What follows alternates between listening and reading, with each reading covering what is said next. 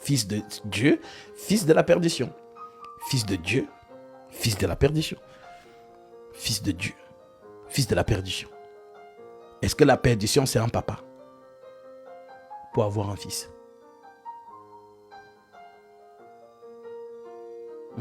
Est-ce que la perdition, c'est un papa pour avoir un fils?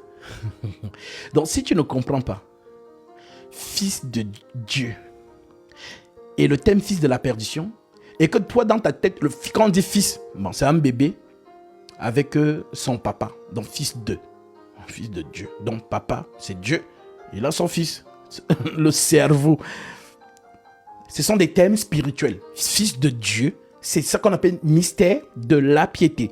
En d'autres termes, la vérité devient un homme. Et fils de la perdition, c'est le mensonge qui devient un homme. La vérité est un père. Le mensonge est aussi un père. Jésus le dit lui-même. Le père du mensonge. Il appelle Satan père du mensonge. Donc lorsque la vérité entre dans la création, c'est ce qu'on appelle fils de Dieu. Enlevez de vos têtes et de vos esprits qu'il y a un papa dans le ciel qui a envoyé son fils. Ça, c'est pour ceux qui n'ont pas encore percé le mystère.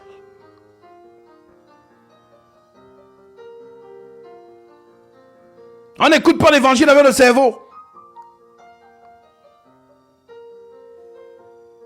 Que Dieu bénisse ses enfants. Vous qui avez capté ces choses. Car l'évangile est pour vous.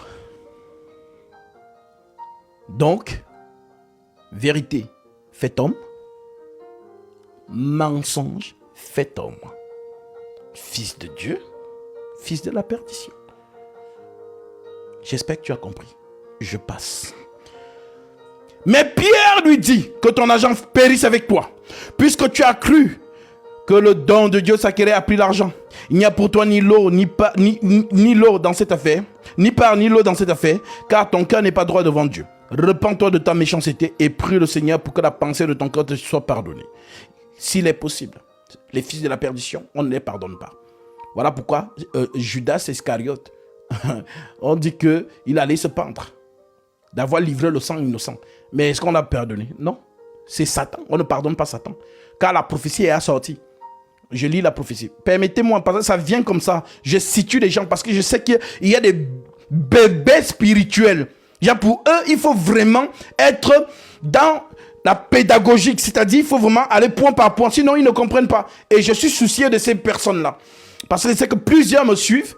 Et voilà, je reçois encore des messages en disant, parfois tu vas un peu trop vite. Donc voilà pourquoi il faut toujours que je donne la référence de ce que je dis, afin que ces derniers et ces dernières puissent percuter. Donc pourquoi les fils de la perdition ne peuvent pas être pardonnés? C'est la prophétie qui est écrite dans Ézéchiel chapitre 28. Je prends ça. Et je reviens à Actes. Ézéchiel 28, je prends directement le verset qui nous intéresse. Par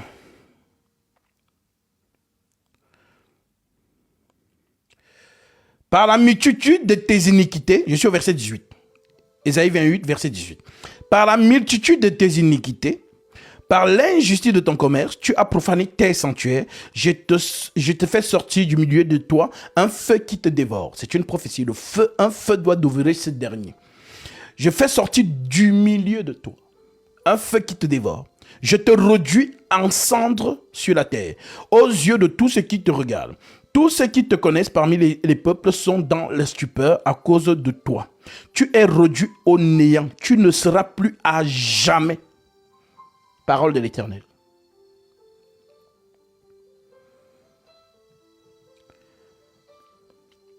Tous ceux qui te connaissent parmi les peuples sont dans la stupeur à cause de toi. Tu es réduit au néant. Rien. Et tu ne seras plus à jamais.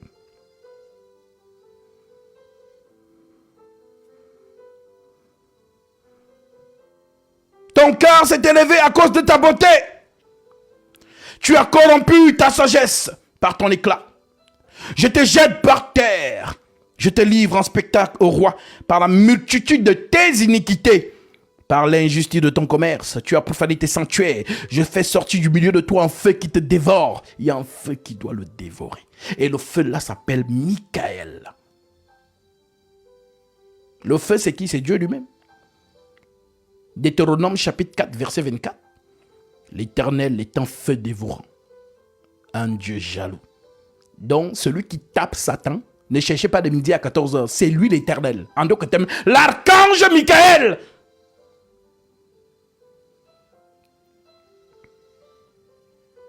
L'évangile, ce n'est pas pour les hommes, c'est pour les esprits. Donc, si vous ne percutez pas, ce n'est pas moi. Le Seigneur ouvre l'intelligence à ceux qu'il aime. L'apôtre Paul a dit, Dieu nous les a révélés par l'Esprit. Car l'Esprit sonde tout, même les secrets de Dieu, les profondeurs. Alors, on termine dans Actes 8.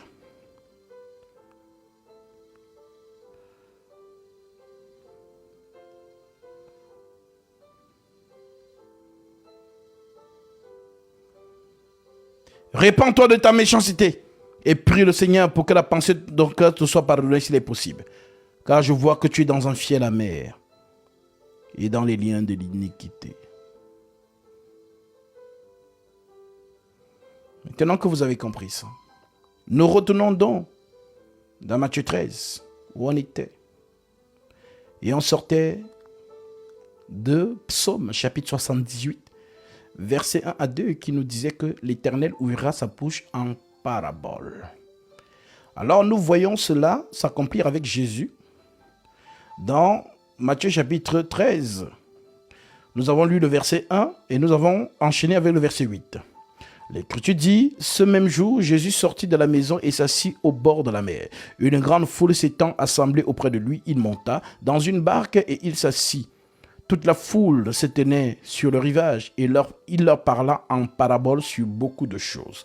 Maintenant, je prends le verset 8. Une autre partie tomba, dont la parabole de Jésus, une autre partie tomba dans la bonne terre. Elle donna du fruit, un grain, 100, un autre 60, un autre 30. Que celui qui a des oreilles pour comprendre, comprenne. Que celui qui a des oreilles pour entendre, entende. Que celui qui a des oreilles pour entendre, entende. Les disciples s'approchèrent. Les disciples s'approchèrent et lui dirent, « Pourquoi leur parles-tu en parabole ?»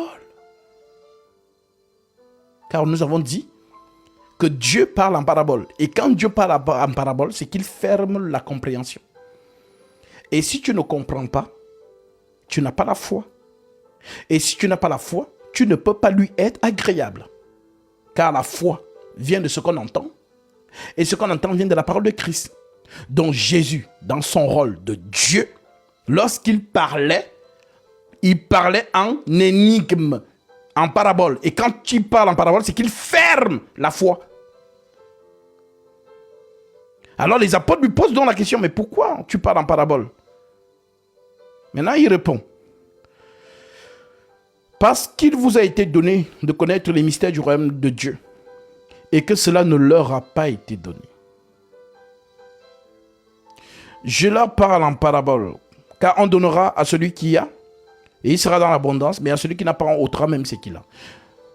C'est pourquoi je leur parle en parabole, parce qu'en voyant, ils ne voient point. En entendant, ils n'entendent ni ne comprennent. Et pour eux s'accomplit cette prophétie d'Ésaïe. Vous entendrez de vos oreilles et vous ne comprendrez point. Vous regarderez de vos yeux et vous ne verrez point. Donc, lorsqu'une personne ne comprend pas l'évangile, c'est la foi qui lui est fermée. Voilà donc pourquoi Jésus dit en son temps, si quelqu'un pêche contre moi, celui qui pêchera contre le Fils de l'homme.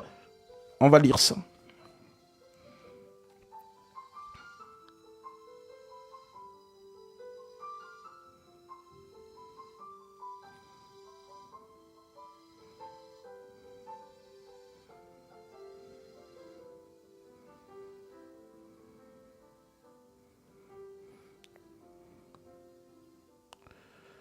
Luc 12, verset 10. Et quiconque parlera contre le Fils de l'homme, il lui sera pardonné. Mais à celui qui blasphémera contre le Saint-Esprit, il ne sera point pardonné.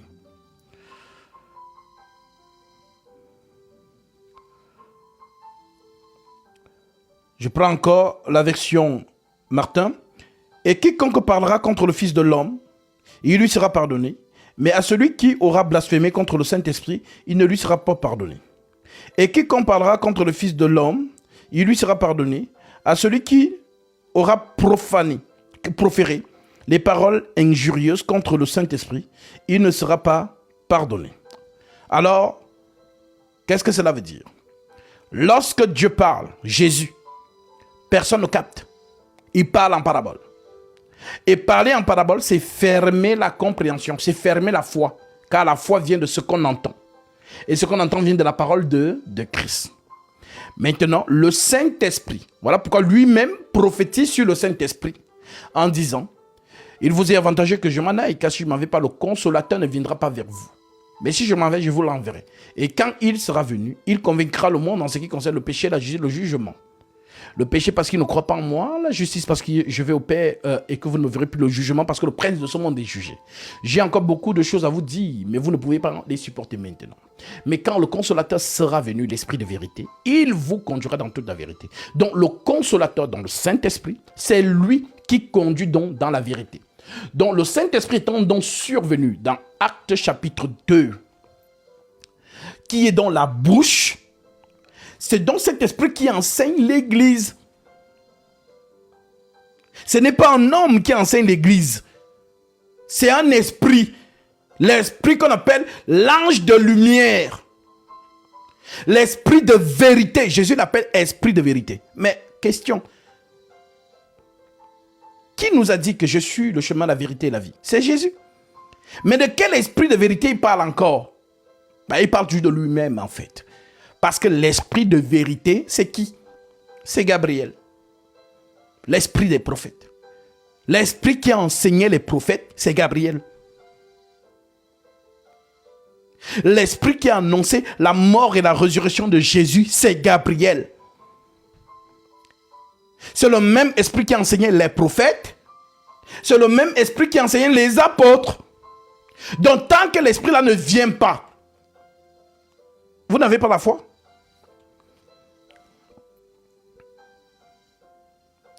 En d'autres termes, Jésus travaille en deux temps. C'est le frère de Moïse, tel que la prophétie de Deutéronome le dit. Je leur susciterai du milieu de leurs frères un prophète comme toi, comme qui? Moïse. Et quelle était la particularité du ministère de Moïse? C'est que Moïse, c'était le ministère de la loi. La loi cache Dieu. On ne voit pas Dieu dans la loi. On ne voit pas Dieu dans la loi. Mais dans la grâce, Dieu se révèle.